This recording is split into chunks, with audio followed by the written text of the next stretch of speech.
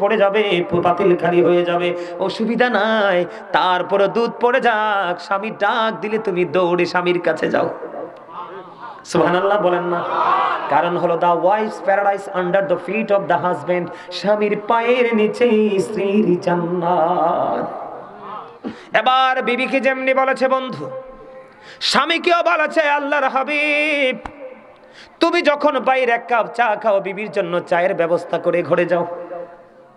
তুমি যখন একটা মিষ্টি খাও, বিবির জন্য মিষ্টির ব্যবস্থা করে ঘরে যাও। যেমনি বিবিকে বলেছে, তাগিদ দিয়েছে, তেমনি স্বামীকেও বলেছে বন্ধু, আপনারা দুজন দুজনের যদি পরিপূরক হতে পারেন, তাহলে আপনারা দুজনেই নিয়ামতের মধ্যে থাকতে পারবেন। আর যদি আপনারা একজন আরেকজনকে অধিকার দিতে না জানেন, উভয় বন্ধু জাহান্নামে যাবেন। তার এক্সাম্পল আমি বলি।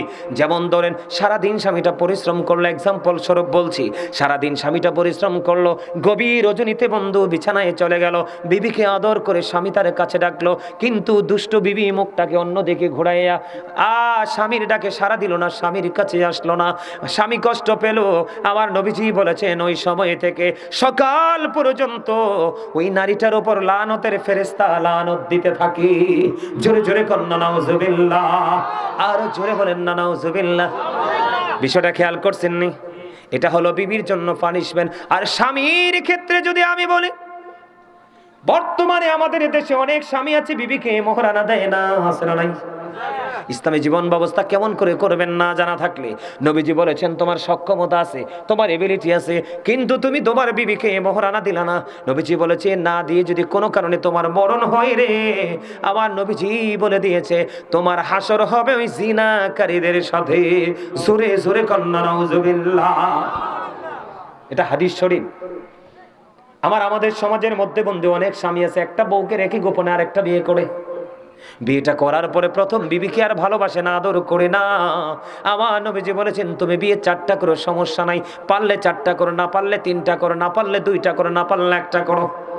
তুমি যদি 4টা বিয়ে করো, তোমার সব জায়গা থেকে 4 জনকে সমান ভাগ করে দিতে হবে।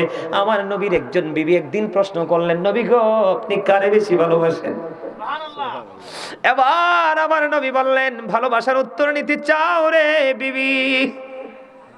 এবার নবীজি বিবিকে একটা খেজুর দিলেন, দিয়ে বললেন, তুমি এটা কারো কাছে বললো না। সুবহানাল্লাহ কন্না। এখন ওনাকে একটা দিছে, উনি তো মনে করছে নবী ওনারাই বেশি ভালোবাসে। পরে আরেকজন বিবিকে বন্ধু আরেকটা খেজুর দিলেন, বিবি রে কারো কাছে বলিও না। এমনি করে করে 11 জন বিবিকে বন্ধু নবীজি খেজুর দিলেন। একজন বিচি ফালাইতে যায়, দেখে আরেকজন বিচি ফালায়। বোন বাবু, তুমি কি ফালাইলা? কয়, একজন আরেকজন আল্লাহর তো নবী রহমত না, এটা যদি না ঘটে তাহলে আমরা প্রেম শিখবো কোত্থেকে? এবার একজন খেজুরের বিচি পালায়, আরেকজন যাইয়া দেখে আরেকটা বিচি পালায়। এবার খবর নিয়ে দেখে রে, আমার নবী সকল বিবিকে সমান একটা একটা করে খেজুর দিয়েছে। জোরে জোরে কন্যা সুবহানাল্লাহ। আমার নবীর জীবন থেকে শিক্ষা নাও যুবক। তুমি একটা বিবিকে বয়কট করে আরেকটাকে তুমি যুবতীকে তুমি আপন করে নিলা, ওই বিবিকে তুমি সবকিছু ওতে সমান করে দিলা না। নবীজি বলেছে, তুমি কলঙ্কিত স্বামী, অভিশপ্ত স্বামী, তোমার জন্য বরং বরাদ্দ কলঙ্কময় জাহান্নাম, যেটা অবর্ণনীয় কষ্টের জায়গা। শুধু এমনিতেই জাহান্নামে দিবেন, আগেই তো মুক্তাসার বর্ণনা দিয়েছি। নবীজি বলেছে, তার অর্ধাংশ কি কুচু করে জাহান্নামে ঢুকাইবে। জোরে জোরে কন্যা নাউজুবিল্লাহ। সর্বশেষ পয়েন্ট হলো, পয়েন্টটাকে ফাইন্ড আউট করেছি আমি, আগেই বলেছি টপিকস আকারে আলোচনা হবে। সুন্দর লাগে নিউজটা? একটা একটা করে করলে ভালো হয় না? এবার যুবক বাবা গো, তোমরা সবাই শোনো। দাদা তুমি তো বুড়ো হয়ে গেছো, দাদু যদি দাদু যদি বাইসা থাকে, দাদুর জন্য তুমি একটা পান খাইতে খাইতে তুমি বাড়ি যাইবা, দাদুর জন্য একটা পান নিয়ে যাইবা। চাচাকে বলে, চাচা গো, আপনি যদি পান খান, একটা পান মুখে দিবেন, চাচির জন্য আর একটা হাতে করে নিয়ে যাবেন। আমার কোন ভাই তুমি যদি বিয়ে করে থাকো, এখান থেকে বিরিয়ানির প্যাকেটটা তুমি নিয়ে যাবে, অর্ধেকটা তুমি খাবে, মা বাবা থাকলে অর্ধেকটা দিয়ে দিবে, আর অর্ধেকটা অর্ধেক করে করে তুমি এক লোকমা, তোমার বিবি এক লোকমা খাইবা। একটু সময়, আল্লাহ রাসূল বলেছেন 1 ঘন্টা বা কিছু সময় যদি যেই কোনো অজুহাতে স্বামী স্ত্রী যদি 1টা ঘন্টা প্রেমের আলাপ করতে পারে, আমার নবীজি জানিয়ে দিয়েছে, ওই স্বামী স্ত্রীর আমল নামায় 1 বছরের নফল ইবাদতের আমল ঢুকাই দিবে আমার আল্লাহ। জোরে জোরে বলেন না সুবহানাল্লাহ, আরো জোরে বলেন না সুবহানাল্লাহ। এবার আমার কথা বুঝতে পারছেন নি?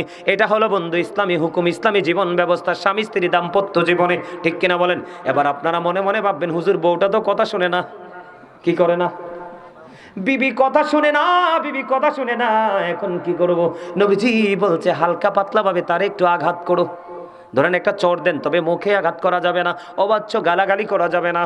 বন্ধু প্রয়োজনে বিছানা আলাদা করে দিবেন, তারপরে হুট করে বিবিকে তালাক দেওয়া যাবে না। কথা কি বুঝতে পারছেন? আরো জোরে বলেন। এবার আমি আসি ইসলামী জীবন ব্যবস্থা সবচেয়ে বড় ভয়ঙ্কর যে রূপটা বন্ধু, আমার দিকে তাকাও।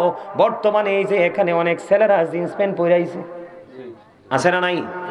যুবক তোমরা রাগ হইও না, আমি তোমাদেরকে শিখাচ্ছি, আমি তোমাদের শিক্ষক। আমার দিকে তাকাও, ইসলামী জীবন ব্যবস্থা তুমি কেমন করে গঠন করবে আমার দিকে তাকাও। আমি তোমাদেরকে বলি, এদিকে তাকাও। এই যে আমি বলেছি আল্লাহ মানুষকে সুন্দর করে বানাইছে, মনে আছে নিওয়াজ? আল্লাহ তোমাকে আমাকে মানুষের মাঝে, মানুষের ভিড়ে, ঘন মানুষের ভাবে সুন্দর রাখার জন্য উত্তম পোশাক দিয়েছে। কে দিয়েছে? কথা বলে না। কি দিয়েছে? উত্তম পোশাক দিয়েছে। আমার দিকে তাকা এখন যুবক, যারা জিন্স প্যান্ট পরে সামনে দিয়ে লজ্জাস্থান দেখা যায়, পিছনের দিক দিয়ে লজ্জাস্থান দেখা যায়, বিশেষ করে নামাজে যাইয়া যখন রুকিতে যায়, পিছনের কাতার থেকে একটা যুবক আর একটা যুবকের লজ্জাস্থান দেখতে পায়। কথা কয় না কেন? আল্লাহ বান্দার জন্য 3 শ্রেণীর পোশাক দিয়েছে। কয় শ্রেণীর? একটা হলো লজ্জাস্থান ঢাকার পোশাক, আরেকটা হলো সাজের পোশাক, আরেকটা হলো তাকওয়ার পোশাক। আল্লাহ বলেছেন লিবাসুত তাকওয়া যালিকা খায়র, আল্লাহর কাছে সবচেয়ে উত্তম পোশাক হলো তাকওয়ার পোশাক। সুবহানাল্লাহ বলেন না? ইসলামী জীবন ব্যবস্থা তুমি কেমন ভাবে কায়েম করবে, গঠন করবে আমার দিকে তাকাও।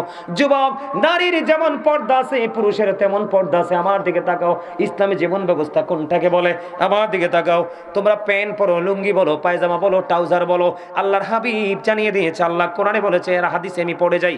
আল্লাহ রাব্বুল আলামিন বলেছে উপর দিয়ে থাকবে নাভি বরাবর অথবা নাভির উপরে, আর নিচের দিক দিয়ে থাকবে টাকনোর উপরে। এই কন্ডিশনে পোশাক পরা একজন ইমানদার পুরুষের জন্য ফরজ। কি? ইমানদার পুরুষের জন্য ফরজ। ইচ্ছে করে যদি তুমি এটা থেকে বের হয়ে যাও, তুমি ফরজ তরক করেছো, তোমার ঠিকানা বুখারী শরীফের মধ্যে এসেছে জাহান্নাম। নাউজুবিল্লাহ বলে না দি? আবু বকর সিদ্দিক প্রশ্ন করলো, ইয়া রাসূলুল্লাহ, আমার পোশাকটা মাঝে মাঝে টাকনোর নিচে চলে যায়, যাওয়ার পরে আমি এটাকে তুলে ফেলি, এখন আমার কি সাজার অন্তর্ভুক্ত হতে হবে? নবীজি বলেছেন না না, মনে হওয়ার পরে যেই ব্যক্তি টাকনোর উপরে পোশাক তুলে ফেলবে তার জন্য কোনো সাজা নাই। বলে হুজুর এখানে আসলেন কেন? নারীদের পাতলা পোশাক পরা এটা বন্ধু উলঙ্গ নারীর সমান। পুরুষরা পোশাক পরার পরে লজ্জাস্থান দেখা যাবে, এটা ল্যাংটা পুরুষের সমান। পোশাক তো লজ্জাস্থান ঢাকার জন্য, আপনি পোশাক পরার পরেও লজ্জাস্থান ঢাকতে পারলেন না, আপনি উলঙ্গ পুরুষ। কোরআন হাদিসের মধ্যে আপনি নাই। আমার দিকে তাকান, 3 শ্রেণীর মানুষের সাথে আল্লাহ কথা বলবে না, দয়া করবে না, রহমত দিবে না। এর মধ্যে একটা হলো বন্ধু, যিনি অহংকার করে করে টাকনো নিচে ঝুলাই ঝুলাই পোশাক পরে। 2 নাম্বার হলো আল্লাহর হাবিব বলেছে উপকার করে মানুষকে খোঁটা দেয়। 3 নাম্বার হলো মিথ্যা কথার মাধ্যমে কাস্টমার থেকে ব্যবসার মাধ্যমে টাকা হাতিয়ে নেয়। নাউজুবিল্লাহ বলেন না? এবার বলে হুজুর আমি পড়েই ফেলবো, এটার উপকারিতা কি? আল্লাহর নবী মসজিদে অবস্থান করতেছে, নবীজি চাইয়া দেখলেন এক ব্যক্তি এসে নামাজের নিয়ত করে ফেলছে। নবীজি ডাক দিয়ে বললেন তুমি ওযু করে আসো, অথচ নিয়ত বেঁধে ফেলছে। নিয়ত ভেঙে ওযু করতে গেলেন, ওযু বানিয়ে আসলেন, আবার বন্ধ নিয়ত বাঁধলেন। নবীজি বললেন তুমি ওযু করে আসো, আবার নিয়ত ভেঙে তিনি ওযু করতে গেলেন, আবার ওযু করে এসে তিনি নামাজের নিয়ত বাঁধলেন। নবীজি তৃতীয়বার বললেন ওযু করে আসো। থার্ড পারসন আল্লাহর হাবিবকে প্রশ্ন করলেন আল্লাহর নবী, ইয়া রাসূলুল্লাহ, ইয়া হাবিবাল্লাহ, নবী গো, ও প্রাণের নবী বারবার বলছেন ওযু করার জন্য। ইয়া রাসূলুল্লাহ কেন গো? আমার নবীজি বলেছেন নামাজ পড়ার জন্য পোশাকের যে কন্ডিশন দেওয়া হয়েছে, শর্ত দেওয়া হয়েছে, সেই সীমাবার ত্যাগ করেছে। এই পোশাক পরে কিয়ামত পর্যন্ত নামাজ পড়তে পারবে, লাভ হবে না, কারণ তার পোশাকটা থাকতে হবে টাকনোর উপরে। কোথায়? হিসাব খেয়াল করছেন? ইসলামী জীবন ব্যবস্থা কোথায়? আর আপনি আছেন কোথায়? আছে খেয়াল? এবার আসেন যুবকদেরকে বলি, যুবক এই পোশাকের সঙ্গে সঙ্গে তোমাদেরকে আরেকটা বলবো, তোমরা কি করবে না, লাল টকটকে লাল শার্ট গেঞ্জি পাঞ্জাবি পরবে না। আল্লাহর হাবিব হাদিস শরীফের মধ্যে আসছে, এক জনৈক ব্যক্তি নবীজিকে একটা সালাম দিলেন, নবীজি সালামের জবাব দিলেন না। আরেকটা সালাম দিলেন, নবীজি সালামের জবাব দিলেন না। কেন গো? তার সালামের জবাব না দেওয়ার কারণ হলো তার পরনে ছিল লাল রঙের দুইটা জামা। কারণ লাল টকটকে লাল রঙের জামা পরা পুরুষের জন্য মাকরুহে তাহরিমি হারামের অন্তর্ভুক্ত। এই জন্য নবীজি সালামের জবাব দেয় নাই। আপনাদেরকে বলবো লাল জামা পরা যাবে না। লাল জামা যদি বর্জন করতে পারেন, তার নাভির নিচে এবং টাকনুর নিচে পোশাক পরা যদি ছাড়তে পারেন, তাহলে আপনি হবেন ইসলামী জীবন ব্যবস্থার অন্তর্ভুক্ত। আমার কথা কয় না কেন? আল্লাহ কি বলে? ফলো করতে কইছে না নবীরে? তবে একটা একটা করেই করতে হবে, ঠিক কিনা বলেন? আর জোরে বলেন। এখন মাহফিল শেষে যাবেন, কই ঘুমাবেন না? কথা বলেন না, কি করবেন? ঘুমাবেন কিনা? এমনি কি মোবাইল টিপতে টিপতে ঘুমাইবেন নাকি? না। কিভাবে ঘুমাইবেন জানেননি? নামাজ পড়ার জন্য আপনি যেমনি ওযু করেন, ঘুমাইতে যাওয়ার আগে রাসূল বলেছেন তুমি তেমনি ওযু করো। কি করো?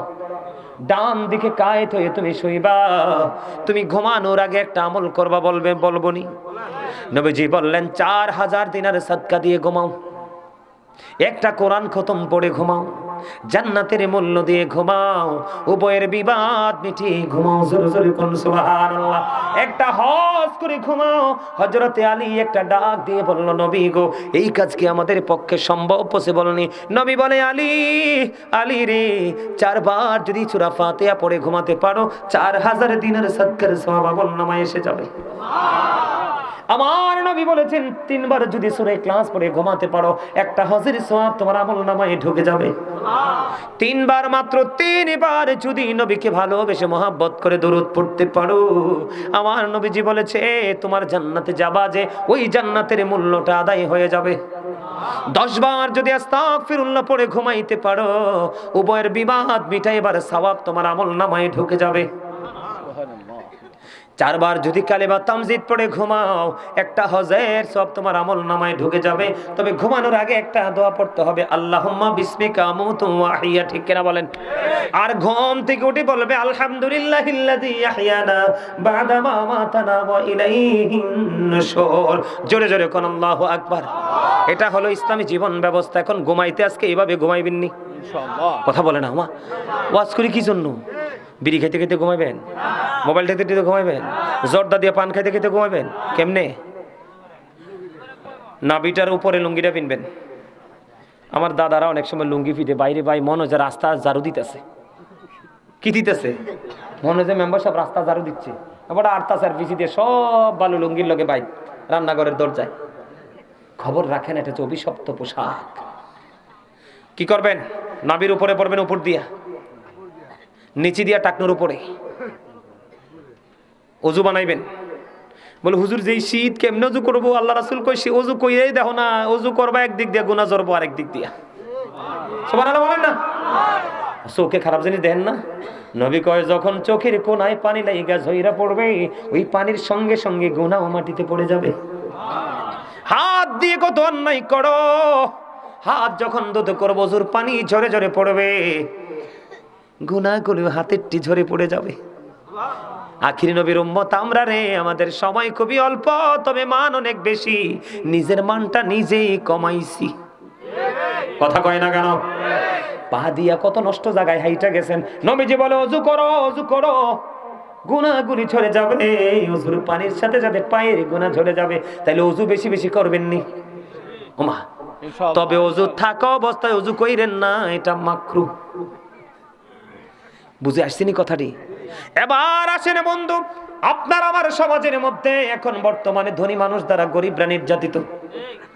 বড় লোকের দ্বারা বড় লোক এমন ভাবে ঘর তোলে, গরিব রাস্তা দিয়ে বাড়িতে পারে না।